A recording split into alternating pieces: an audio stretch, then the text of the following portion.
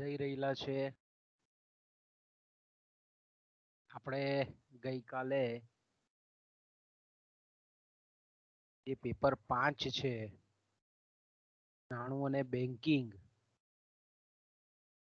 જેને આપણે સમગ્ર લક્ષી અર્થશાસ્ત્ર પેપર 1 કહીએ છે, એના છેલ્લા ટોપિક પર લગભગ આપણે પહોંચી ગયેલા છે. તો ગયા પીરિયડમાં આપણે જે જોતા હતા એ આરટીજીએસ રિયલ ટાઈમ, જેને આપણે ક્રોસ સેટલમેન્ટ કહીએ છીએ, કે જે મેં કીધું તેમ કે 26 માર્ચ 2004 થી ભારતીય બેન્કિંગ પ્રણાલીમાં આ એક નવી વ્યવસ્થા ચાલુ કરવામાં આવેલી છે. અને એમાં આપણે જોયું તે પ્રમાણે કે બેંકોના માધ્યમથી નાણાંની હેરફેર કરવાની ઝડપી અને કેન્દ્રીયકૃત પદ્ધતિ છે. ત્યાર પછી આપણે એટીએમ, જેનું ફૂલ ફોર્મ આપણે ગઈકાલે જોયું તે પ્રમાણે કે ઓટોમેટેડ ટેલર મશીન.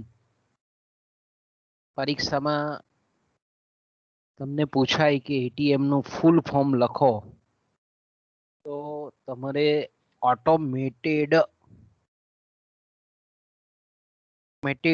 ઓટોમેટિક ઘણા મેટિક લખે છે પણ ઓટોમેટેડ છે શબ્દ એનો ખરેખર. તો ઓટોમેટેડ ટેલર મશીન, એના આપણે અલગ અલગ પ્રકારો પણ જોઈ ગયા. Offline, online, stand alone, network, offside, ઓનસાઇડ.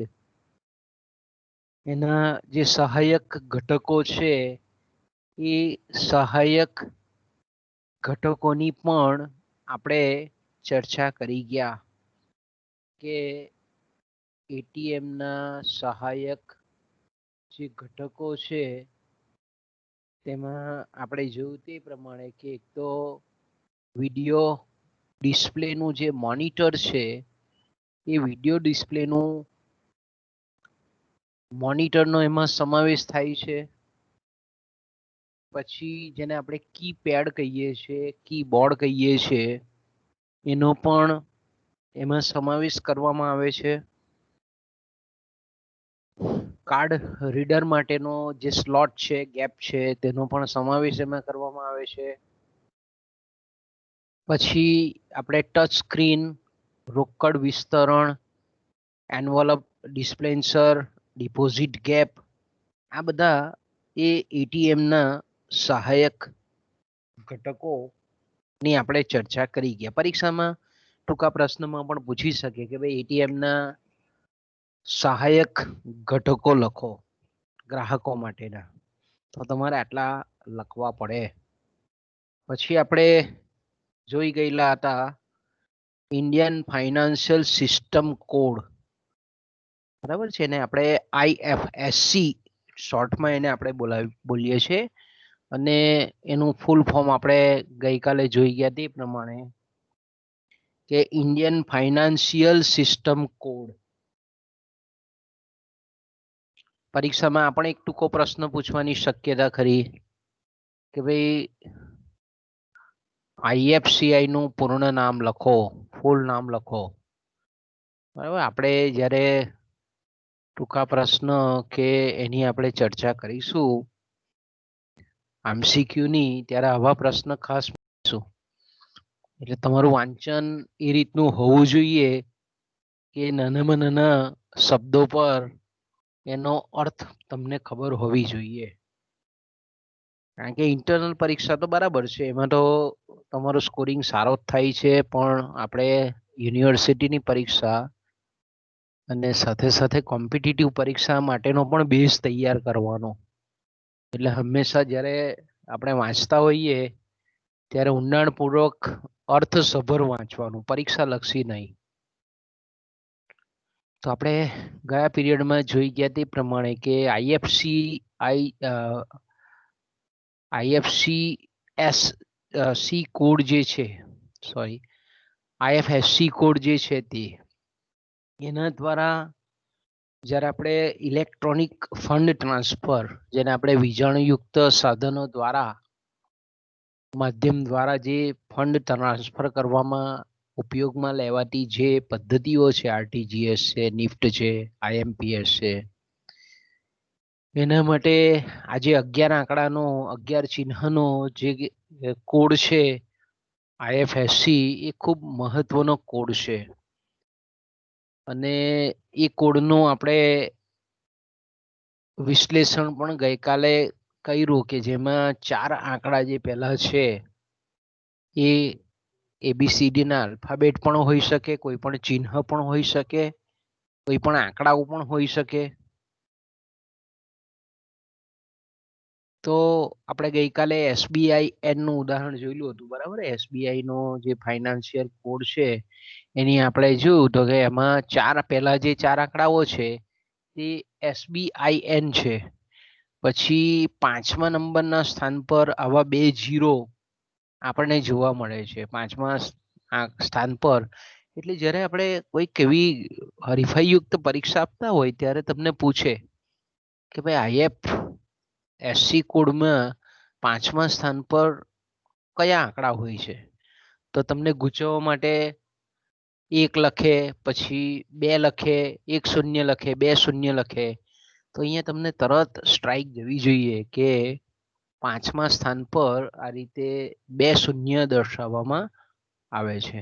તો અહીંયા તમે જોઈ શકો છો કે 1, 2, 3 ને 4, પછી 2 શૂન્ય, પછી બેંકનો બ્રાન્ચ કોડ. બ્રાન્ચ એટલે જે જગ્યાએ બ્રાન્ચ આવેલી છે એ સ્થળને ઉલ્લેખ કરતો એનો કોડ છે. એ ગઈકાલે આપણે જોયું. અને દરેક બેંકોના આ રીતે IFSCI code A reserve bank of ઇન્ડિયાની વેબસાઇટ પર પણ આપેલા છે. તમે ગૂગલ સર્ચમાં મારો કે ભાઈ તમારે કોઈ જગ્યાએ કોઈ ફોર્મ ભરવાનું હોય અને તમારે એમાં બેંકનો IFSCI કોડ લખવાનો હોય તો તે સમયે તમે ગૂગલ સર્ચમાં પણ મારો તો તમને જે તે સ્થળની જે તે બ્રાન્ચનો જે IFSCI કોડ છે તે તરત ઇઝીલી અવેલેબલ થઈ જાય છે. ઓકે, પછી આપણે જે જોયેલું તે એ છે નિફ્ટ, જેને આપણે નેશનલ ઇલેક્ટ્રોનિક ફંડ ટ્રાન્સફર કહીએ છીએ. શોર્ટમાં એને આપણે નિફ્ટ કહીએ છીએ. તો નિફ્ટ પણ મેં કીધું તેમ કે બહુ પ્રચલિત પદ્ધતિ છે નાણાં ટ્રાન્સફર કરવા માટેની, ઓનલાઈન તબદીલ કરવા માટેની, નાણાંનો એક ખાતામાંથી બીજા ખાતામાં, એક વ્યક્તિથી બીજી વ્યક્તિ, એક પેઢીથી બીજી પેઢી, સરકારથી વ્યક્તિ કે પેઢી અથવા પેઢી કે વ્યક્તિથી સરકાર, બે પક્ષના કોઈ પણ બેંક એકાઉન્ટમાં નાણાંની ફેરબદલી નિફ્ટ દ્વારા સરળતાથી કરી શકાય છે. આપણે જોઈ ગયા નવેમ્બર 2005માં સર્વપ્રથમ એની શરૂઆત થયેલી હતી અને લગભગ દેશની મોટાભાગની જે બેંકો છે એ આ પદ્ધતિનો ડગલે ને પગલે ઉપયોગ કરે છે.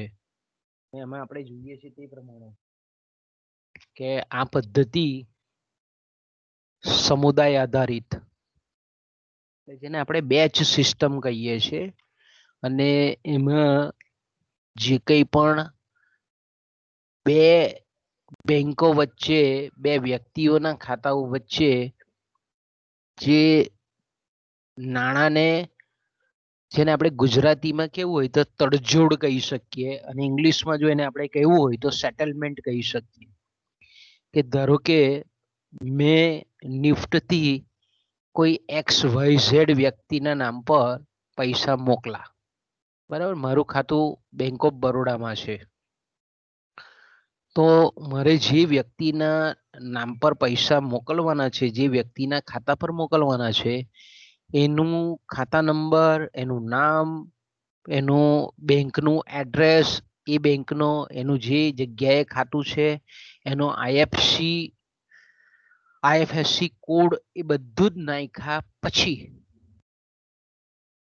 મારા ખાતામાંથી એ નાણાં નિફ્ટ દ્વારા સરળતાથી તબદીલ થઈ જાય છે, ટ્રાન્સફર થઈ જાય છે. એ નાણાંની એક ખાતામાંથી બીજા ખાતામાં હેરફેર થઈ જાય છે. બેંકોના એમાં ચાર્જીસ હોય છે, પણ તો આપણે એમ કહીએ કે બહુ એટલો બધો ચાર્જીસ હોતો નથી. આપણે જ્યારે રૂબરૂ જવાનું હોય તેના કરતા આ ચાર્જીસ બહુ નોમિનલ ચાર્જીસ બેંકો લે છે. એક સલામત પદ્ધતિ છે, સુરક્ષિત પદ્ધતિ છે, ઝડપી પદ્ધતિ છે.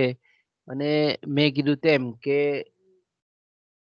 જ્યારથી આ પદ્ધતિનો છે બેન્કિંગ ક્ષેત્રમાં, ત્યારથી આપણે એમ કહી શકીએ કે ઘણી બધી એણે હરણફાર ભળેલી છે.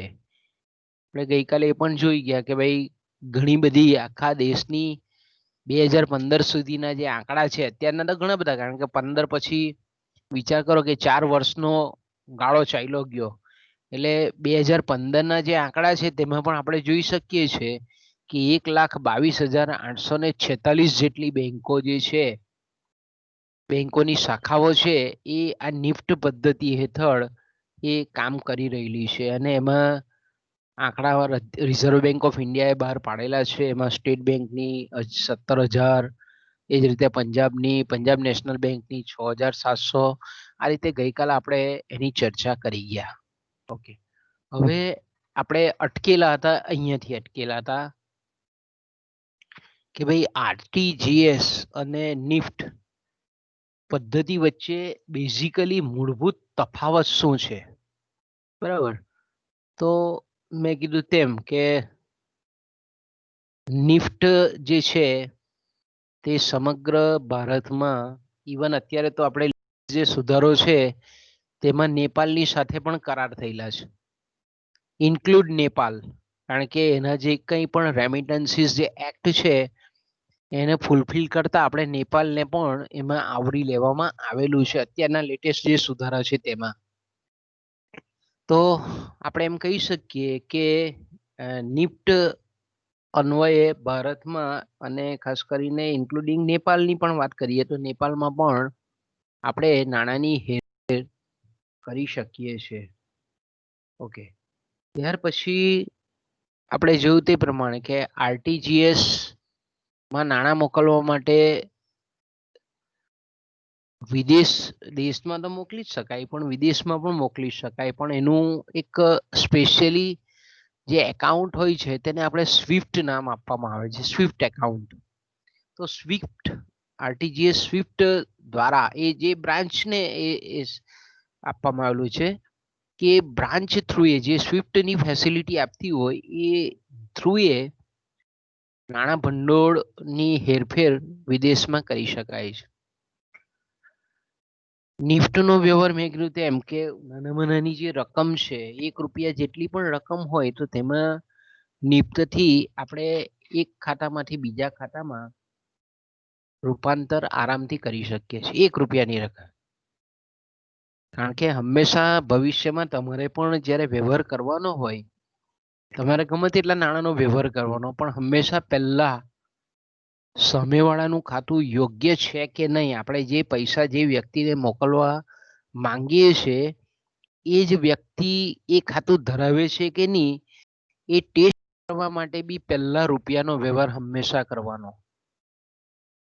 ₹1 પહેલા એના ખાતામાં ટ્રાન્સફર કરવાનો અને પછી ફોન કરીને પૂછવાનું કે ભાઈ આ ₹1 મેં તારા ખાતામાં ટ્રાન્સફર કરેલો છે, એ તને મળી ગયો છે? જરાક મેસેજ હોય તો મને ફોન કર પાછો. એ કહે કે ઓકે છે. પછી આપણે મોટી એમાઉન્ટ જે મોકલવાની હોય તે મોકલવાની. હંમેશા નિયમ યાદ રાખો કે આરટીજીએસ હોય, નિફ્ટ હોય કે આઈએમપીએસ હોય, તમારે ભવિષ્યમાં વ્યવહાર કરવાનો છે, કરવાનો છે, કરવાનો છે. આ થ્રુ જ કરવાનો થશે.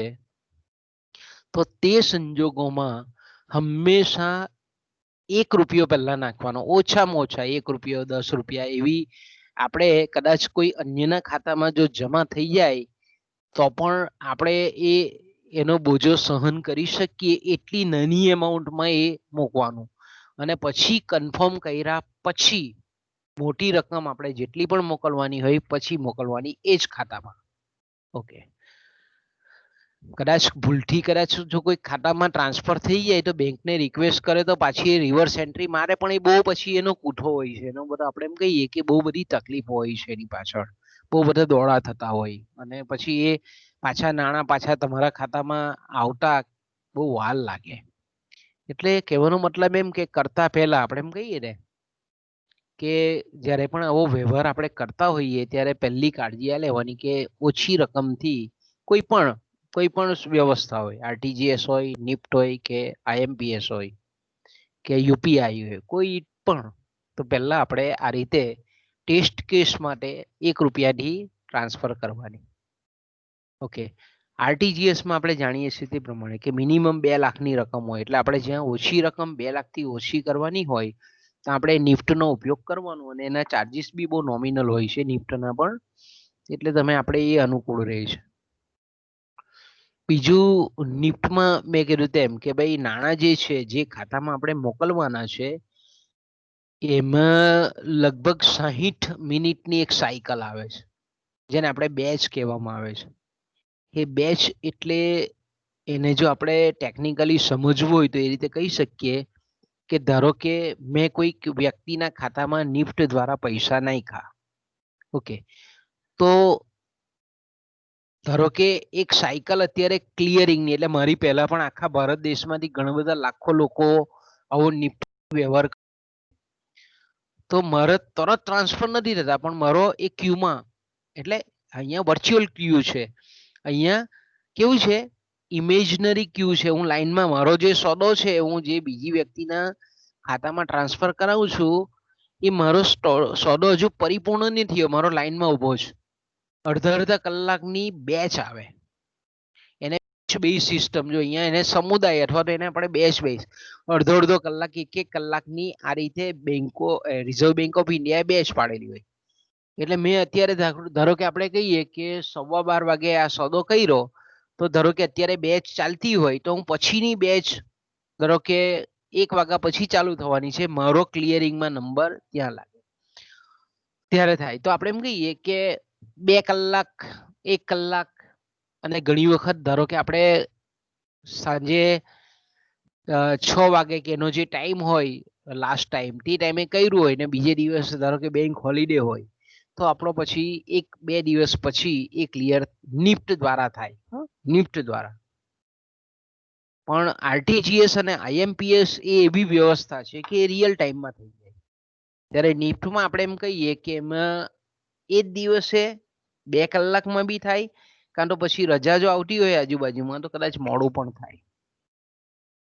ઓકે, નિફ્ટ વ્યવહાર રોકડમાં બી થઈ શકે. મેં કીધું ને નિફ્ટમાં એવું નથી કે ભાઈ ખાતું જોઈએ જ વ્યક્તિનું.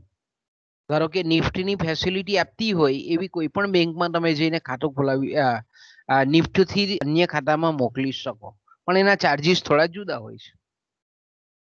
જ્યારે આરટીજીએસ નો વ્યવહાર કરવાનો હોય એ તમારું જે ખાતું છે એ ખાતાથી બીજા ખાતામાં મોકલાય છે. ત્યારે નિફ્ટમાં તમે કેશ લઈને જાઓ અને ભરો અને કેશથી પણ થાય, તો પેલામાં ખાતા ટુ ખાતા ટ્રાન્સફર થાય. ઓકે, નિફ્ટ દ્વારા જ્યારે નાણાંની હેરફેર કરવામાં આવે છે તો એ કેવી છે, ધીમી પદ્ધતિ છે. એ કેવી પદ્ધતિ છે, સ્લો મેથડ છે થોડી. જ્યારે આ જે છે તે કેવી છે, ઝડપી પદ્ધતિ છે. એ ઝડપી પદ્ધતિ છે આખી, સ્પીડમાં જાય, આપણે એમ કહીએ ને આરટીજીએસ છે તો એ સ્પીડમાં ટ્રાન્સફર થઈ જાય નાણાં. બીજું મેં કીધું તેમ કે ભાઈ નાની અમાઉન્ટની જ્યારે પણ આપણે રકમની તબદીલી કરવાની હોય, ટ્રાન્સફર કરવાનું હોય તો નિફ્ટ સારું છે. જ્યારે મોટી રકમની આપણે બીજા ખાતામાં ટ્રાન્સફર કરવી હોય તો આરટીજીએસ સારું છે. ઓકે, ત્યાર પછીની અને આપણા સિલેબસમાં છેલ્લી જે સમજવાની મેટર છે તે છે ઇમિડિયેટ પેમેન્ટ સર્વિસ. ઇમિડિયેટ એટલે તરત, ત્વરિત, ઝડપી, તરત જ, એમ ઇમિડિયેટ, અર્જન્ટ જેને આપણે કહીએ ને, ઇમિડિયેટ પેમેન્ટ સર્વિસ, ટૂંકમાં એને આપણે કહીએ છીએ આઈએમપીએસ. બરાબર, આ બધા ફૂલ ફોર્મ તમારે યાદ રાખવાના. તો આ જે સેવા છે તે મેં કીધું તેમ કે ભારત સરકારે 2010માં શરૂ કરેલી હતી. એનો જે અમલ કરવામાં આવે છે તે મોટે ભાગે મેં કીધું તેમ કે આપણી જે Indian national payment corporation of India એના દ્વારા થાય છે. આ સેવા પણ કેવી છે, સરળ અને સુવિધાજનક છે, ખૂબ સરસ છે, સરળ છે. બીજું, સોદાઓ તાત્કાલિક થાય છે. પણ આ જે સેવા છે એવી સેવા છે કે એમાં જ્યારે પણ આપણે આઈએમપીએસ વ્યવહાર કરતા હોઈએ ત્યારે આપણો જે રજિસ્ટર્ડ મોબાઈલ નંબર છે એ રજિસ્ટર્ડ મોબાઈલ નંબર એ આમાં ઇન્વોલ્વ થાય છે. એના દ્વારા જ આપણે રજિસ્ટર્ડ મોબાઈલ નંબરનો ઉપયોગ કરીને જ ચૂકવણી કરવામાં આવે છે. એટલે હંમેશા બાળકો યાદ રાખો, ઘણા બાળકોને એવી ટેવ હોય છે કે આજે સિમ લીધો, કામ પતી ગયું, 6 મહિનામાં બીજો નંબર, બીજો સિમ લીધો, એ પતી ગયું, 2 મહિનામાં બીજો.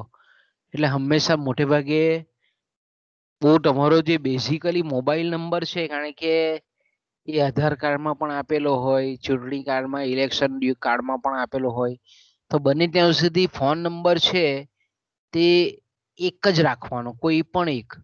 હા, તમને એવું લાગે કે ભાઈ મારે અત્યારે જીઓમાં સારી સ્કીમ નથી, એરટેલમાં સારી છે, તો એક વ્યવસ્થા મોબાઈલ કંપનીઓએ કરેલી છે, પોર્ટેબિલિટી ચેન્જ કરાવી દેવાની. તમારો નંબર મોબાઈલ નંબર બદલાય નહીં, પણ એની પ્રોસિજર બહુ શોર્ટ પ્રોસિજર હોય કે તમારે કોઈ પણ કંપનીની સેવા લેવી હોય તો લઈ શકાય, પણ તમારો basically mobile number A as it is રહે. તો એને આપણે પોર્ટેબિલિટીની સર્વિસ કહીએ છીએ. કેમ? તો એટલા માટે બદલવાનો નહીં મોબાઈલ નંબર, કારણ કે આપણો આ નંબરનો ઘણી બધી જગ્યાએ ઉપયોગ થતો હોય.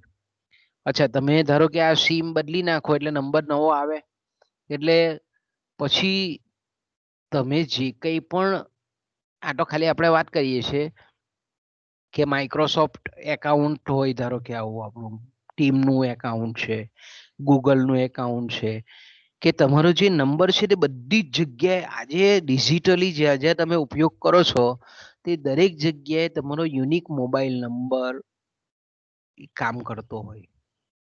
અને તેમાં પણ જ્યારે આપણે આધાર કાર્ડની સાથે જોડાયેલો નંબર હોય તે નંબર બધી જ જગ્યાએ મોટે ભાગે ઉપયોગ કરતા હોય આપણે. એટલે એક આપણે એમ કહીએ ને કે મોબાઈલ નંબરને બને ત્યાં સુધી બદલવાનો નહીં. હા, આપણે સ્કીમ બદલવી હોય, કંપની બદલવી હોય તો કંપનીને બદલી શકાય એવી ટેલિકોમ ડિપાર્ટમેન્ટે વ્યવસ્થા કરેલી જ છે. ઘણી વખત કોલેજમાંથી બી ફરિયાદ આવે છે કે ભાઈ એની માર્કશીટ આવતી હોય તો મોબાઈલ જ કઈ જુદો જુદો જ આપેલો હોય નંબર. એટલે આવું, આ તો ઠીક છે, કારણ કે ભવિષ્યમાં તકલીફ તમને જ પડવાની. કોલેજ વાળા તો તમે જે નંબર આપેલો હોય તે નંબર પર 2-3 વખત ટ્રાય કરે અને પછી શું કરે, હશે ભાઈ લઈ આવો, પછી તમારે કંઈ પણ જરૂર પડી હોય માર્કશીટની કે યુનિવર્સિટી ધક્કો ખાવો પડે એવું થઈ જાય અને પૈસા ખર્ચીવા પડે તે જુદા. તો કહેવાનો મારો ઇન શોર્ટ મતલબ એવો છે, એ બેન્કિંગ વ્યવહાર હોય, એજ્યુકેશનલ રિલેટેડ વ્યવહાર હોય, કોઈ મિલકત અંગેના વ્યવહાર હોય, સિવિલ વ્યવહાર હોય, સ્કોલરશિપ અંગેના વ્યવહાર હોય, શક્ય હોય ત્યાં સુધી, જો મારો શબ્દ બરાબર સમજો, મોબાઈલ નંબરને બહુ ચેન્જ કરવો નહીં. ઓકે, કારણ કે ઘણી બધી સર્વિસો હવે આના પર આધારિત થવા માંડી, મોબાઈલ પર આધારિત થવા માંડી, એટલે નંબર ચેન્જ કરો એટલે બધી તમારે માથાકૂટ ચાલુ થાય.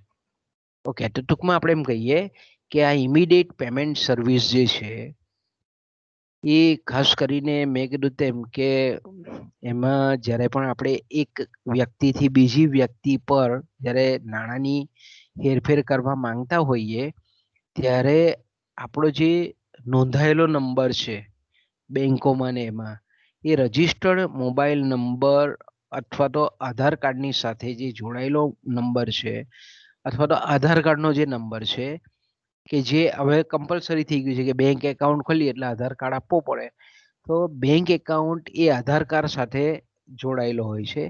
તો IMPS માં ક્યાં તો તમારા મોબાઈલ નંબરનો ઉપયોગ થાય અથવા તો આધાર કાર્ડ નંબર કે જે બેંક એકાઉન્ટની સાથે સંકળાયેલો છે એ ચૂકવણીની પ્રક્રિયા કરવા માટે આ બંને નંબર પૈકીનો કોઈ પણ એક નંબરનો ઉપયોગ થાય. પણ મોટે ભાગે આધાર કાર્ડ નો આવે એટલે આધાર કાર્ડ મોબાઈલ સાથે લિંક જ હોય એટલે એનો પણ સાથે સાથે ઉપયોગ થતો હોય. ઓકે, તો આ પદ્ધતિ કેવી છે? ફંડ ટ્રાન્સફર માટેની સારામાં સારી પદ્ધતિ છે, સલામત પદ્ધતિ છે. બીજું ફાયદો એ છે કે 24 કલાક આપણે ગમે ત્યારે વાપરી શકીએ છીએ, અઠવાડિયાના 7 દિવસ. અને બેંકમાં રજા હોય કે નહીં હોય પણ આપણે IMPS દ્વારા તમે નાણાંની ફેરબદલી કરી શકો છો. પછી તમારા જે ચૂકવણાઓ છે, બિલ છે, તમામ પ્રકારના બિલ પણ તમે ભરી શકો છો. મોટાભાગની જે બેંકો છે તે આ ઇમિડિયેટ પેમેન્ટ સર્વિસ એટલે કે IMPS ની સેવા ઉપલબ્ધ કરાવતી હોય છે.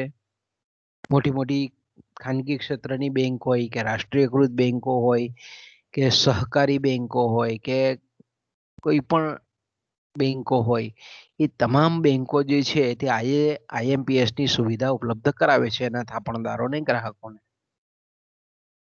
તો મેં કીધું તેમ કે આ જ્યારે બે ખાતા વચ્ચેનો નાણાકીય વ્યવહાર થતો હોય ત્યારે મોબાઈલ જે નંબર છે એ બેંક એકાઉન્ટોને જોડે છે અને કનેક્ટ કરે છે.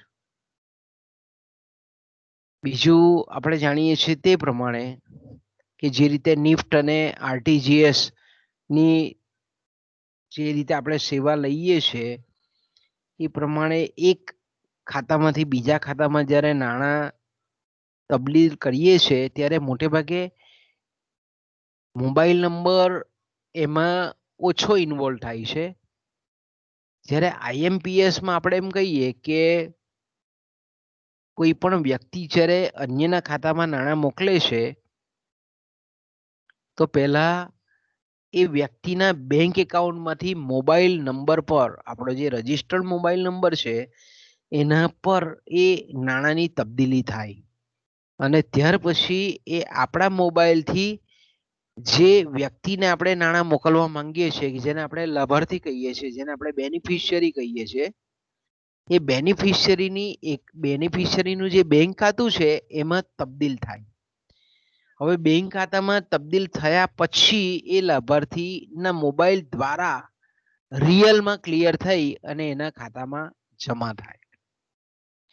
એટલે અહીંયા મેં કીધું ને કે મોબાઈલ જે છે, મોબાઈલ નંબર એનું ખૂબ મહત્વ વધી જાય છે. તો આ IMPS જે સેવા છે તે સંપૂર્ણ સલામત સેવા છે, સુરક્ષિત છે, ઓછા ખર્ચે સેવા આપે છે. સોદાઓ માટે મેં કીધું તેમ કે ₹1 જેટલી રકમ પણ તબદીલ કરી શકાય ને હંમેશા આપણે એ જ કરવાની. આ સેવા 365 દિવસ સુધી ચાલુ હોય છે. બેંક હોલિડે હોય કે ના હોય, રજા હોય કે ના હોય, 24 કલાક રાત્રે 2 વાગે પણ આપણને કોઈ બિલ ભરવાની ઈચ્છા થઈ હોય તો 2 વાગે પણ બિલ તમે IMPS દ્વારા ભરી શકો છો. બીજું અહીંયા બે બેંક વચ્ચે પણ જો અહીંયા બે ગ્રાહકો વચ્ચે તો બરાબર છે અથવા તો ગ્રાહક અને ખરીદનાર વચ્ચે પણ બરાબર છે, પણ એક બેંક બીજી બેંક સાથે પણ જ્યારે નાણાકીય ચૂકવણી કરવાની હોય, બેંકોએ પરસ્પરના દેવા અને લેણાનું સેટલમેન્ટ કરવાનું હોય, પરસ્પરના દેવાની તડજોડ કરવાની હોય, તો તેવા સંજોગોમાં આપણે એમ કહી શકીએ કે ઇન્ટરબેંક પેમેન્ટ પણ કરી શકાય છે. બીજું મેં કીધું તેમ કે ભાઈ આ સેવાનો ઉપયોગ જ્યારે કરવામાં આવે છે ત્યારે મોબાઈલ ફોન છે, ઇન્ટરનેટ બેન્કિંગ છે, ATM કોઈ પણ માધ્યમ દ્વારા કરી શકાય છે. અહીંયા આપણે જાણીએ છીએ તે પ્રમાણે કે આ જ્યારે આપણે સેવાનો ઉપયોગ કરતા હોઈએ છે ત્યારે એવું ફરજિયાત નથી કે ભાઈ સામેવાળાનો એકાઉન્ટ નંબર પણ એ કઈ બેંકમાં ખાતું ધરાવે છે એનો એકાઉન્ટ નંબર જાણવો જરૂરી નથી.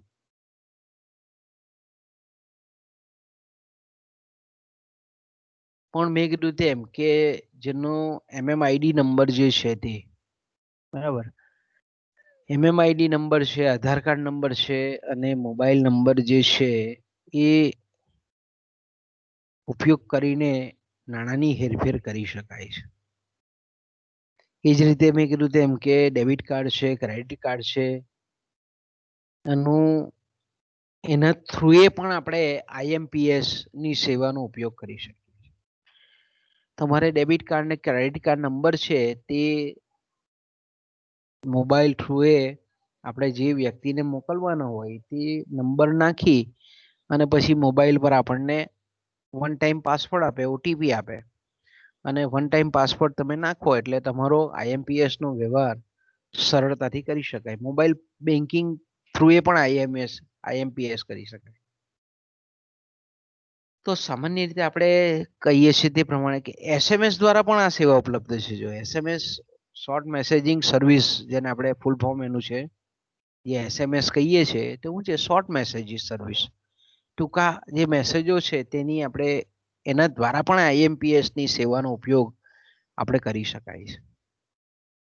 તો IMPS એટલે કે ઇમિડિયેટ પેમેન્ટ સિસ્ટમ જે સર્વિસ છે એનો ઉપયોગ નીચેના માધ્યમો દ્વારા, એટલે ખાસ કરીને મેં કીધું તેમ કે mobile phone, smartphone, SMS, web એટલે વાયરલેસ એસેસ પોઈન્ટ, વાયરલેસ એટલે દાખલા કે બ્લૂટૂથ છે કે આપણે કોઈ પણ એવું ડોંગલ હોય કે પછી એવું રાઉટર હોય એના દ્વારા પણ આપણે કરી શકીએ છીએ. અનસ્ટ્રક્ચર્ડ સપ્લિમેન્ટરી સર્વિસ ડેટા, જેને આપણે SSDI કહીએ છીએ, SSD કહીએ છીએ, USSD, unstructured supplementary service data અને national unified unstructured supplementary service data, જેને આપણે NUUP કહીએ છીએ. આના દ્વારા પણ આપણે IMPS ની સેવાનો ઉપયોગ કરી શકીએ.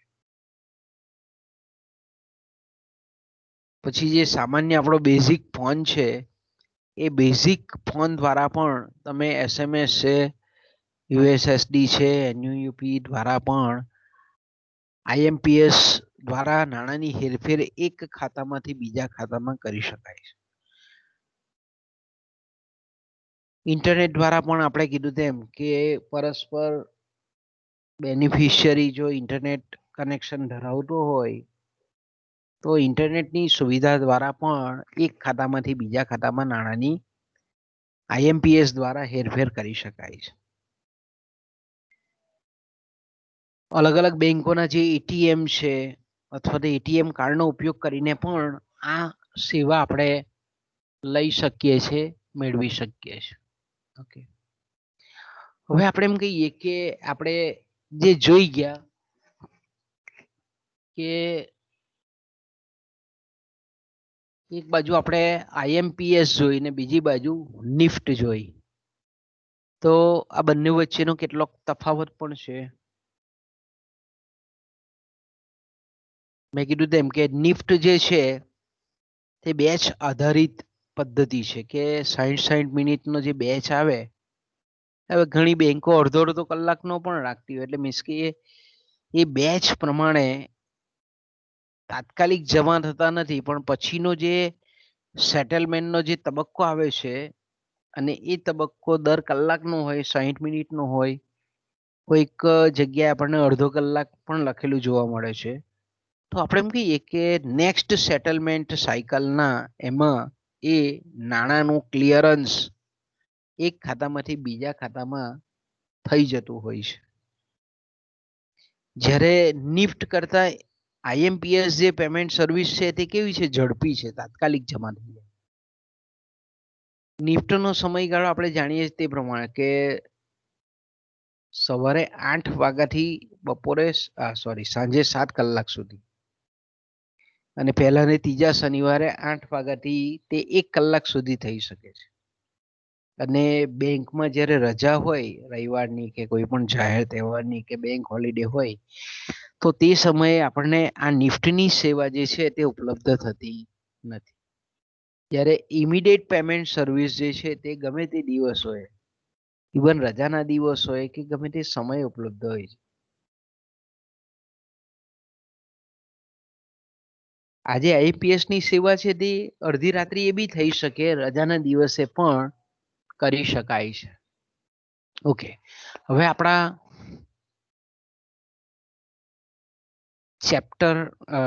ચેપ્ટર તો હું પેપરનું એકદમ લાસ્ટ પોઈન્ટ, છેલ્લું પાનું.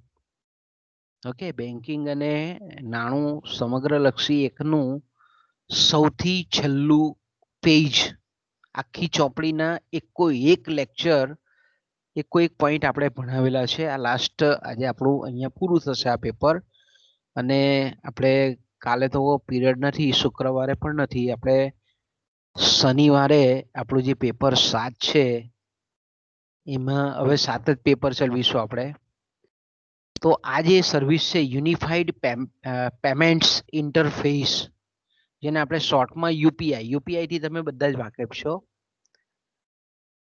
કે ભીમ એપ્લિકેશન વાપરતા હોય તો ભીમ એપ્લિકેશનમાં પણ યુપીઆઈ નંબર જોઈએ. કોઈ પણ બેંક થ્રુ એ તમે ઘણા બધા આપણે જે એપ છે, આપણે ટીવી પર જાહેરાતો આવે છે, પેટીએમ છે, પછી આપણે પે છે, આ બધા જે એમેઝોન છે, ઘણા બધા જે એટલે આપણે ઘણી બધી જે ફેસિલિટી છે એમાં યુપીઆઈ નંબરનો ઉપયોગ મોટે ભાગે થતો હોય છે.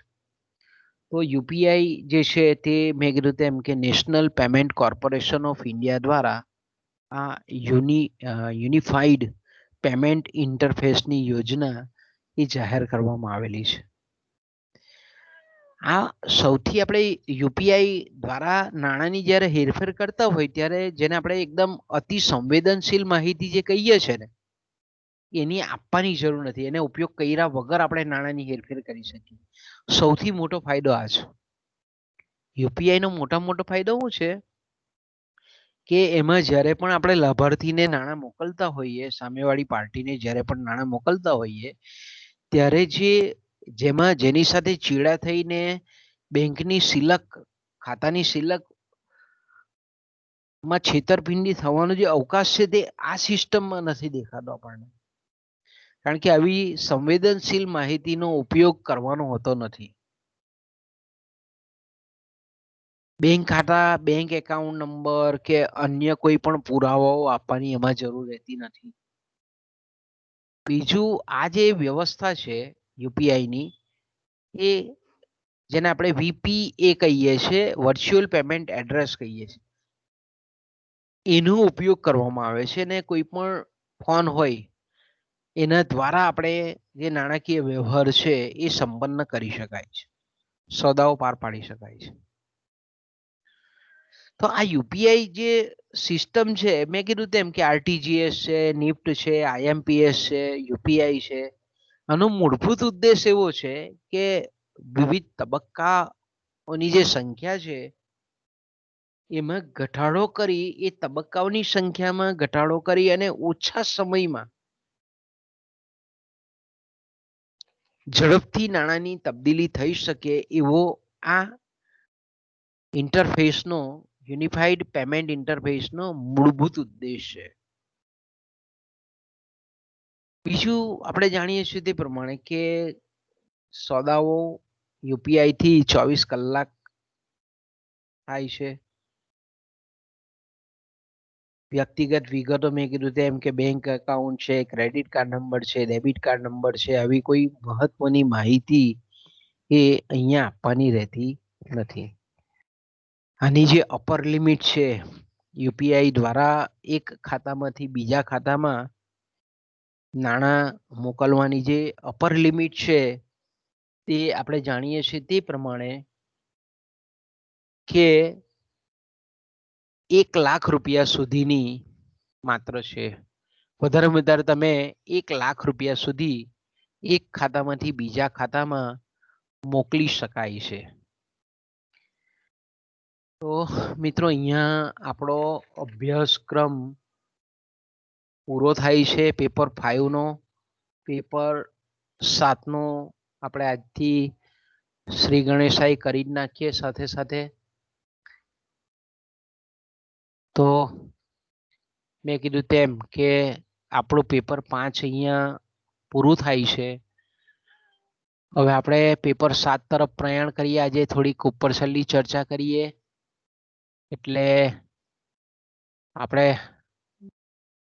2 દિવસ પહેલા જ્યારે પણ આપણે ચલાવવાનું છે પછી ત્યારે આપણને તકલીફ ના રહે.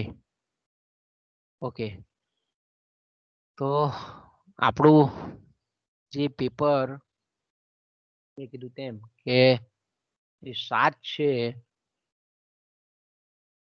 આર્થિક વિચારધારાનો ઇતિહાસ. બહુ સિલેબસ ઘણો લેન્ધી છે, એમાં પણ ઘણો લાંબો છે.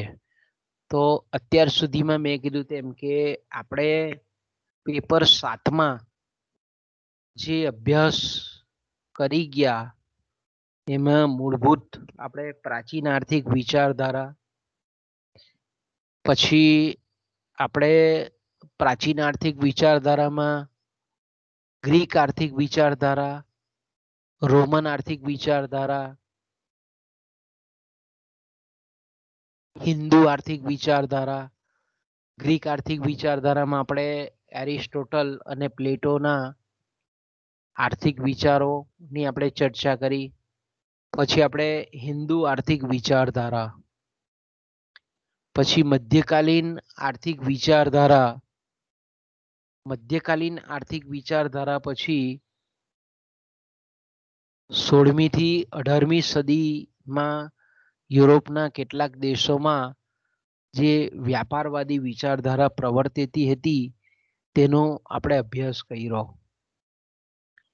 વાણિજ્યવાદી કે જેને આપણે વ્યાપારવાદી વિચારધારા કહીએ છીએ. સર થોમસ મન અને બીજા કેટલાક જે વિચારકો છે, સર જોસિયા ચાઇલ્ડ, વિલિયમ પેટી, આ બધા જે વેપારી વિચારકો છે એ વેપારી વિચારકોના મૂલ્યવાન ધાતુ અંગેના વિચારો, ખજાના અંગેના વિચારો, પછી રાજ્યના કાર્યો અંગેના વિચારો, મજબૂત જે કેન્દ્રીય સત્તા, આંતરરાષ્ટ્રીય વેપારમાં વ્યાપાર તુલા, અધિશેષ, મૂલ્ય અંગેના વિચારો, વહેંચણી અંગેના વિચારો, અને ત્યાર પછી આપણે જે જોયેલું હતું એ પ્રકૃતિવાદ કે જેને આપણે નિસર્ગવાદ કહીએ છીએ, કે જેમાં સમગ્ર 18મી સદીનો જે આખો સમયગાળો છે, ખાસ કરીને ફ્રાન્સમાં, એ ફ્રાન્સમાં જે કંઈ પણ વિચારકો થઈ ગયા કે જે મધ્યકાલીન અને કંઈક અંશે વ્યાપારવાદી વિચારધારાની પ્રતિક્રિયા સ્વરૂપે ફ્રાન્સમાં જે ક્રાંતિકારી વિચારકો આવ્યા કે જે પોતાને અર્થશાસ્ત્રીઓ ઓળખાવતા હતા અને એમણે ઘણા બધા વિચારો આપેલા હતા. અને એમાં નિસર્ગવાદીઓ, જેને આપણે પ્રકૃતિવાદીઓ પણ કહેતા હતા, એને આપણે નિસર્ગપંથીઓ તરીકે પણ ઓળખતા હતા. એને ફિઝિયોક્રેટ્સ આપણે ફ્રાન્સની ભાષામાં એને કહેતા હતા. એ પણ આપણે જોઈ ગયા. એમાં ખાસ કરીને ક્વેઝન અથવા તો કેવેને જે પ્રકૃતિવાદના પ્રણેતા વિચારક હતા. બીજા નોર્માસ, Robert Jacques Turgot, Melon, Richard Cantillon, Bright, Gilbert, Houghton, Gournay, Mirabeau, રિવિએરા, ડુમ્પા, બોદો, ત્રોશા, ગાઈડ, રિસ્ટ, આવા બધા જે વિચારકો જે ફ્રાન્સના હતા કે જેમણે નિસર્ગવાદી વિચારધારા આપેલી હતી. તો મેં કીધું તેમ કે આગળના જેટલા પણ આપણે વિચારો જોઈ ગયા એ બધાને પૂર્વ વૈજ્ઞાનિક વિચારો કહીએ છીએ. તો આગળના જે વિચારો હતા તેને કરતા, એટલે કે જ્યારથી આપણે અર્થશાસ્ત્રને વિજ્ઞાન તરીકે સ્વીકાર્યું એડમ સ્મિથથી, ત્યાર પહેલાના જે વિચારો હતા તેને આપણે પૂર્વ વૈજ્ઞાનિક વિચારો કહીએ છીએ, પૂર્વ શાસ્ત્રીય વિચારો. પણ આપણે એમ કહીએ ને કે પૂર્વ વૈજ્ઞાનિક વિચારો અને પ્રશિષ્ટ વિચારધારા એ બેની વચ્ચે જો કોઈ બ્રિજ બનાવતી વિચારધારા હોય તો એ આપણે એને નિસર્ગ પંથીઓને મૂકી શકીએ એમાં. કારણ કે ત્યાર પછીની જે વિચારધારા છે તેમાં જો કોઈ પ્રમુખ સ્થાન હોય વિચારોનું તો એ આપણે એમ કહી શકીએ કે નિસર્ગ પંથીઓનું હતું. કારણ કે પ્રકૃતિવાદ કે નિસર્ગવાદ એ આપણે જાણીએ છીએ તે પ્રમાણે કે નિસર્ગ નિર્મિત પદ્ધતિનું શાસ્ત્ર એવું એ લોકો કહેતા હતા. જે રીતે ડેમોક્રેસી તે રીતે ફિઝિયોક્રેસી શબ્દ એ લોકોએ વાપરેલો છે. ફિઝિયો એટલે પ્રકૃતિ અને ક્રેસી એટલે કારભાર. પ્રકૃતિના નિયમો અનુસારનો કારભાર, રાજ્ય વ્યવસ્થા, તેને આપણે ફિઝિયોક્રેસી ફ્રાન્સમાં એ ભાષામાં કહેવામાં આવે છે પ્રકૃતિવાદ. અને આવા જે રૂલ ઓફ નેચર, નિસર્ગની જે સત્તા છે એને માનવાવાળા જે વિચારકો છે તેને આપણે નિસર્ગવાદીઓ કહીએ છીએ, ફિઝિયોક્રેટ્સ કહીએ છીએ, નિસર્ગપંથીઓ કહીએ છીએ. એટલે મૂળ એ લોકોની જે વિચારધારા આપણે જોઈ ગયેલા હતા તે કે ભાઈ નિસર્ગવાદી જે વિચારધારા હતી તે મૂળભૂત રીતે એવું માનતી હતી કે કુદરત જે રીતે પોતાની પ્રાકૃતિક વ્યવસ્થા ચલાવે છે, નિસર્ગમાં, કુદરતમાં, પ્રકૃતિમાં જે કંઈ પણ નિયમો છે એ અધીન જે કંઈ પણ ક્રિયાઓ થાય છે, જે કંઈ પણ પ્રતિક્રિયાઓ થાય છે એમાં દરેક પ્રાણીઓનું હિત સંકળાય છે. અને પ્રકૃતિએ જે કંઈ પણ રચના કરેલી છે અને એમાં તમામે તમામ, પ્રાણી શબ્દ આવે એટલે બધા જ આવી જાય, માણસ પણ આવી જાય ને નાના માનવનું જીવડું પણ આવી જાય. એ બધાનું હિત જો કુદરતના નિયમો પ્રમાણે પ્રકૃતિ જો ચાલે સૃષ્ટિક્રમ પ્રમાણે, એમાં દરેક મૂલ્યોનું હિત, દરેક તત્વોનું હિત સધાય છે. અને કુદરતી જે સૃષ્ટિક્રમ છે એ પ્રમાણે આપણે એમ કહીએ કે સાતત્ય રીતે, અબાધિત રીતે એ સૃષ્ટિક્રમ ચાલ્યા કરે છે. એમાં કોઈનું પણ અહિત સધાતું નથી એવું આ લોકો માનતા હતા. એટલે એના પરથી એ લોકોની જે આર્થિક વિચારધારા હતી તે એવું જ કહેતી હતી કે ભાઈ અર્થતંત્રની કે સમાજની રચના એવી હોવી જોઈએ કે જે ઈશ્વરે ઘડેલા, પ્રકૃતિએ ઘડેલા, નિસર્ગે ઘડેલા નિયમો આધીન હોવી જોઈએ. એટલે એને આપણે પ્રકૃતિવાદીઓ કહીએ છીએ. કારણ કે એ એવી શિસ્તબદ્ધ રચના છે. એ એવું કહે છે કે સર્વગુણ સંપન્ન છે, સર્વવ્યાપી છે. એમાં દરેકનું સત્તા, સાર્વભૌમત્વ, શિસ્ત, વ્યવસ્થા, આ બધાનો અંદર સુંદર મિલાપ આપણને થતો જોવા મળે છે. એટલે આપણે એમ કહીએ કે જ્યારે સરકાર એટલે કે રાજાઓએ ઘડેલી જે સત્તા છે, વ્યવસ્થા છે, એ કાયદા ઉપર આધારિત વ્યવસ્થા છે અને એમાં ભૂલો થવાની શક્યતા વધારે છે. એમાં પ્રાકૃતિક નિયમો દ્વારા ચાલતો જે સૃષ્ટિક્રમ છે સતત ચાલતો, એમાં સરકારે અથવા તો રાજાએ ઘડેલી જે સત્તા છે તેમાં સાતત્યનો અભાવ જોવા મળે છે. એટલે આપણે એમ કહીએ કે સમાજ અને સરકાર બંનેને ફાયદો થાય એ રીતે પ્રાકૃતિક નિયમોનું પાલન કરતી રાજ્ય એ સરકાર હોવી જોઈએ.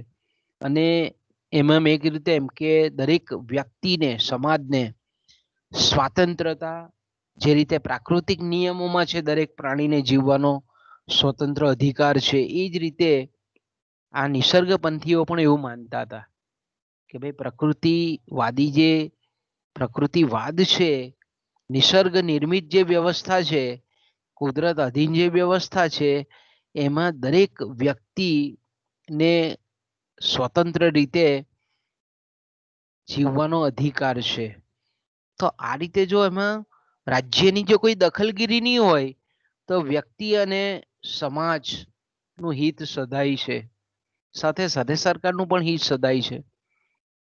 તો આવા વિચારો એ લોકોએ આપેલા હતા કે જેમાં અર્થવ્યવસ્થામાં વ્યક્તિ સ્વાતંત્ર્યનો સમાવેશ આ લોકોએ કરેલો હતો કે ભાઈ મુક્ત હોવું જોઈએ, અર્થતંત્ર કેવું હોવું જોઈએ, મુક્ત હોવું જોઈએ. એમાં કોઈ પણ સરકારી નીતિ નિયમો વ્યક્તિના આર્થિક હિતોને, સામાજિક હિતોને અસર કરતા હોય એવા નિયમોની આવશ્યકતા નથી. અને આપણે એમ કહીએ કે આ પ્રકારની જે બેઝિક વિચારધારા હતી એ નિસર્ગવાદીઓની વિચારધારા હતી. ગયા પીરિયડોમાં આપણે ખૂબ ચર્ચા એની કરી છે. નિસર્ગવાદના ઉદયના કારણો પણ આપણે તે વખતે જોયેલા હતા કે ભાઈ જમીનની અસમાન વહેંચણી, પછી ખર્ચાળ રાજ્ય વ્યવસ્થા, લુઈ 15ની વાત કરેલી આપણે તે વખતે કે વૈભવી જેનું જે જીવન હતું અતિશય ખર્ચાળ, એને લીધે આખી તિજોરી ફ્રાન્સની ખલાસ થઈ ગયેલી હતી. ખેતીને ગતિશૂન્ય બનાવી દીધેલી હતી. ફ્રાન્સમાં ભારે કરવેરાઓ નાખવામાં આવેલા હતા. આંતરરાષ્ટ્રીય વ્યાપાર ને વધારે પડતું પ્રોત્સાહન અને એમાં પણ જે આવશ્યક વસ્તુઓ છે તેની આયાત પરના પ્રતિબંધ. તો આ બધા આપણે કહીએ કે મૂળભૂત એના ઉદય માટેના કારણો હતા. પછી આપણે એ પણ જોયેલું હતું ચોખ્ખું ઉત્પાદન, જેને આપણે અધિશેષ ઉત્પાદન કહીએ છીએ, તે કે એક જ એવું ઉત્પાદક ક્ષેત્ર છે ખેતી કે જેમાં મૂળ કરતા વધારો એટલે કે અધિશેષ ઉત્પાદન એ માત્ર કૃષિ ક્ષેત્રમાં જ થાય છે. એટલે સમગ્ર ઉત્પાદક વર્ગ વ્યવસાય તરીકે એ લોકોએ કૃષિને માન આપતા હતા અને ખેડૂતને એ લોકો ઉત્પાદક વર્ગ તરીકે માનતા હતા. બીજું આપણે એ પણ જોયેલું હતું કે જે જમીન એક અગત્યનું ઉત્પાદનનું સાધન છે અને એના પર જો શ્રમને જોડવામાં આવે તો પ્રકૃતિ છે તે આશીર્વાદ આપે છે અને ઘણું બધું અધિશેષ ઉત્પાદન, સંપત્તિનું સર્જન એ જમીન આધારિત ઉત્પાદક ઉદ્યોગો દ્વારા થાય છે. તો સંપત્તિ સર્જન માટે જમીન એક મહત્વનું સાધન છે એવી આ લોકોની વિચારધારા હતી. તો તમે ધીરે ધીરે જોઈ શકો છો કે આર્થિક વિચારો એ પ્રવેશવા માંડેલા હતા અને અર્થશાસ્ત્રની રચના માટેનો પાયો એ આપણે એમ કહીએ કે આ પ્રકૃતિવાદીઓએ આપેલો હતો. પછી આપણે એ લાસ્ટ પીરિયડોમાં એ પણ જોઈ ગયેલા હતા કે આ જે પ્રકૃતિવાદીઓ છે તે અર્થતંત્રમાં સંપત્તિનું સર્જન કઈ રીતે થાય છે, એ સંપત્તિનું અભિસરણ કઈ રીતે થાય છે, પરિચાલન કઈ રીતે થાય છે અને એને સમજાવતું જે આર્થિક પત્રક છે જેને આપણે ટેબ્લો ઇકોનોમિક કહીએ છીએ, એ ટેબ્લો ઇકોનોમિકની પણ આપણે લાસ્ટ પીરિયડમાં ચર્ચા કરી ગયેલા હતા. પછી આપણે જોયેલું હતું કે પ્રકૃતિવાદીઓના અર્થશાસ્ત્ર અંગેના વિચારો અથવા તો આર્થિક વિચારોમાં મૂલ્યનો સિદ્ધાંત, વેપાર અંગેના વિચારો, રાજ્યના કર્તવ્ય અંગેના વિચારો, એક કર અંગેના વિચારો, બરાબર આપણે એ પણ જોઈ ગયેલા હતા કે ભાઈ શા માટે લોકો એક જ કરની હિમાયત કરે છે. તો આ બધા વિચારો પછીનો જે વિચારધારાનો વર્ગ છે એ છે પ્રશિષ્ટ અર્થશાસ્ત્રીઓની વિચારધારા. તો તમે અહીંયા જોઈ શકો છો કે આપણો ત્યાર પછીનો જેને આપણે અર્થશાસ્ત્ર નો જન્મ થયો એટલે આપણે એમ કહીએ ને કે પહેલા કરતા જે વિચારો છે સિસ્ટમેટિક છે, વ્યવસ્થિત છે, વૈજ્ઞાનિક આધારવાળા વિચારો છે. એટલે એને આપણે ક્લાસિકલ કહીએ છીએ, ઇંગ્લિશમાં કહીએ છીએ ને આપણે ક્લાસિકલ કહીએ. એટલે પહેલા કરતા આ પહેલાના વિચારો એટલે કે જ્યારથી આ પ્રશિષ્ટ આર્થિક વિચારધારાની શરૂઆત થઈ એ પહેલાના વિચારો કરતા હવેના વિચારો એ શાસ્ત્રીય ઢબના છે, વૈજ્ઞાનિક છે, જેનો આધાર જે છે તે સાયન્ટિફિક એપ્રોચ વાળો છે, વૈજ્ઞાનિક સજ્જતા વાળો છે કે જે અન્ય વિજ્ઞાનોની જેમ અર્થશાસ્ત્રને વિજ્ઞાનની કક્ષામાં મૂકે છે. એટલે એને આપણે કહીએ છીએ પ્રશિષ્ટ અર્થશાસ્ત્રીઓની વિચારધારા. આપણે પહેલા જ ચેપ્ટરમાં જોઈ ગયેલા હતા કે ભાઈ આર્થિક વિચારધારાનો ઇતિહાસની વ્યાખ્યા. તો આર્થિક વિચારધારાના ઇતિહાસની વ્યાખ્યામાં ઘણા અર્થશાસ્ત્રીઓ એવું કહે છે કે આપણે ભાઈ અર્થશાસ્ત્રની આર્થિક વિચારધારાના ઇતિહાસની વ્યાખ્યામાં આપણે નિસર્ગવાદને કે વ્યાપારવાદને લેવાની જરૂર નથી. આપણે પ્રશિષ્ટ આર્થિક વિચારધારાથી જ સમગ્ર વિચારોનો સમાવેશ કરવો જોઈએ. પણ ના, પ્રશિષ્ટ આર્થિક વિચારધારાનો જે જન્મ થયો એના મૂળમાં આગળની વિચારધારાઓ ખૂબ મહત્વની છે. એ સમજીએ તો જ આપણે પ્રશિષ્ટ આર્થિક વિચારધારાને સમજી શકીએ, અન્યથા આપણે સમજી શકીએ નહીં. એટલે આપણે એમ કહી શકીએ કે પ્રશિષ્ટ આર્થિક વિચારધારા અને એના જે પ્રણેતા જે છે એમાં એડમ સ્મિથ છે, ડેવિડ રિકાર્ડો છે, જે.એસ. મિલ છે, માલ્થસ છે કે જેણે વસ્તીનો સિદ્ધાંત આપેલો છે, જે.એસ. મિલ, પછી ફેડરિક લિસ્ટ, આ બધા જે વિચારકો છે તેમાંના આપણે જે ભણવાના છે એ છે એડમ સ્મિથ, ડેવિડ રિકાર્ડો, માલ્થસ. આ ને આપણે આપણા અભ્યાસક્રમમાં છે.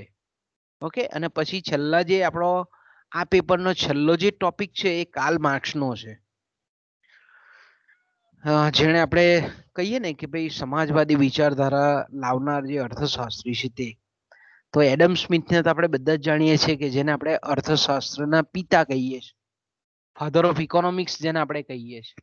તો બાળકો હવે અહીંયાથી આપણે અટકીએ. નેક્સ્ટ પીરિયડમાં આપણે પ્રશિષ્ટ આર્થિક વિચારધારામાં એડમ સ્મિથનો જીવન પરિચય, એમનો જન્મ ક્યાં થયેલો, કેટલું ભણેલા હતા, એમણે ક્યાં ક્યાં નોકરીઓ કરેલી, એની થોડીક ચર્ચા કરીશું. પછી એડમ સ્મિથના સમયમાં ઇંગ્લેન્ડમાં વાતાવરણ કેવું હતું એની ચર્ચા. અને એ આપણે એમ કહીએ ને કે એટલા માટે જરૂરી છે કે કોઈ પણ સાહિત્ય છે તે સમાજનો અરીસો છે. તત્કાલીન સમાજ જે છે, તત્કાલીન સમયનો જે સમાજ છે એનું પ્રતિબિંબ આપણને જે તે વખતના સાહિત્યમાં છે. તો આપણે જાણીએ છીએ કે એડમ સ્મિથ એ 18મી સદીના ઉત્તરાર્ધમાં એમણે પોતાનું પુસ્તક લખેલું હતું. આપણે એમ કહીએ the wealth of nations and inquiry and causes of wealth of nations આખા પુસ્તકનું નામ છે. ટૂંકમાં એને આપણે સંપત્તિનું શાસ્ત્ર કહીએ છીએ. તમે એફઆઈમાં એની વ્યાખ્યા ભણી ગયા કે ભાઈ સંપત્તિનું અર્થશાસ્ત્ર એટલે સંપત્તિનું શાસ્ત્ર. કોઈ પણ રાષ્ટ્રની સંપત્તિમાં વૃદ્ધિ કરતા જે કંઈ પણ પરિબળો છે, જે કંઈ પણ કારણો છે, એનો અભ્યાસ કરતું શાસ્ત્ર એટલે અર્થશાસ્ત્ર, એટલે સંપત્તિનું શાસ્ત્ર. તો આ જે સંપત્તિનું શાસ્ત્ર છે એના પુસ્તકનું નામ એ જ અર્થશાસ્ત્રની વ્યાખ્યા છે.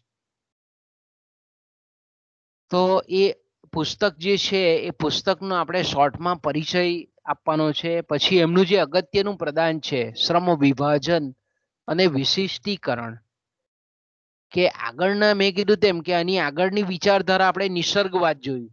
કારણ કે નિસર્ગવાદીઓનો જે સમયગાળો હતો તે આખી 18મી સદી એટલે 1701 થી માંડીને એડમ સ્મિથ આવ્યા 1776માં એમનું પુસ્તક, ત્યાં સુધીનો આખો જે વિચારકોનો યુગ છે તે નિસર્ગવાદનો, પ્રકૃતિવાદનો હતો. અને એડમ સ્મિથ એના મિત્ર ડેવિડ હ્યુમ અને બીજા કેટલાક સાથે એ જ્યારે યુરોપના પ્રવાસે નીકળેલા ત્યારે ફ્રાન્સના આ નિસર્ગવાદીઓના સંસર્ગમાં બહુ આવેલા. અને તે વખતે આપણે એમ કહીએ કે આ પ્રકૃતિવાદી વિચારોની અસર એ એડમ સ્મિથના મગજ પર બહુ થયેલી હતી. એટલે આપણે એમ કહીએ કે પ્રકૃતિવાદી વિચારકોની ઝલક પણ આપણને એડમ સ્મિથમાં જોવા મળે છે.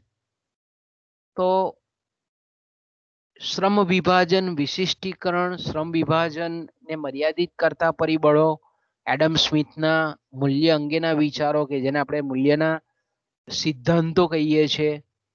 પછી સ્મિથના ભાડા, વ્યાજ અને વહેંચણી અંગેના જે સિદ્ધાંતો છે તેની ચર્ચા કરવાની છે. તમે ટીવાયમાં આવશો ત્યારે આંતરરાષ્ટ્રીય અર્થશાસ્ત્રમાં એડમ સ્મિથે આપેલો નિરપેક્ષ ખર્ચનો આંતરરાષ્ટ્રીય વેપારનો સિદ્ધાંત, તેની અહીંયા ચર્ચા કરવાની છે. સ્મિથનો પ્રકૃતિવાદ અને આશાવાદ, એટલે કે પ્રકૃતિવાદી જે વિચારધારાની અસર જે સ્મિથ પર પડેલી છે તેની અહીંયા ચર્ચા કરવાની છે. પછી સ્મિથનો સ્વેર વિહારી પદ્ધતિ અને રાજ્યના કાર્યો અંગેના વિચારો, કે ભાઈ રાજ્યના કેવો રોલ ઈચ્છતા હતા, તો આપણને આમાં સ્પષ્ટ તમે જોઈ શકો છો કે પ્રકૃતિવાદી વિચારધારા આપણને દેખાય સીધી. પછી રાષ્ટ્રીય અર્થવિધાન, જેને આપણે જાહેર અર્થવિધાન કહીએ છીએ, અને કર અંગેના, કરવેરા અંગેના જે સિદ્ધાંતો છે એની અહીંયા ચર્ચા કરવાની છે. સ્મિથ અને નિસર્ગવાદીઓની તુલના, સ્મિથ અને વ્યાપારવાદીઓ વચ્ચેની તુલના, સ્મિથના વિચારોનો ત્યાર પછીના વિચારકો પર કેવો અસર પડેલી છે, ત્યાર પછીના જે અર્થશાસ્ત્રની જે અલગ અલગ શાખાઓ જે વિકસી એમાં એડમ સ્મિથના વિચારોનો કેવો પ્રભાવ છે એની પણ આપણે ચર્ચા કરવાની છે. પછી સ્મિથ છે તેને આપણે અર્થશાસ્ત્રના રાજા કહીએ છીએ, જનક કહીએ છીએ, પિતા કહીએ છીએ. શા માટે એને કહેવામાં આવે છે? આ બધા બાબતોની ચર્ચા હવે આપણે નેક્સ્ટ પીરિયડમાં કરીશું.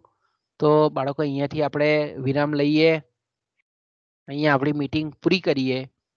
હવે શનિવારે સીધા આપણે ભેગા થઈશું, બરાબર? અને પેપર સાથે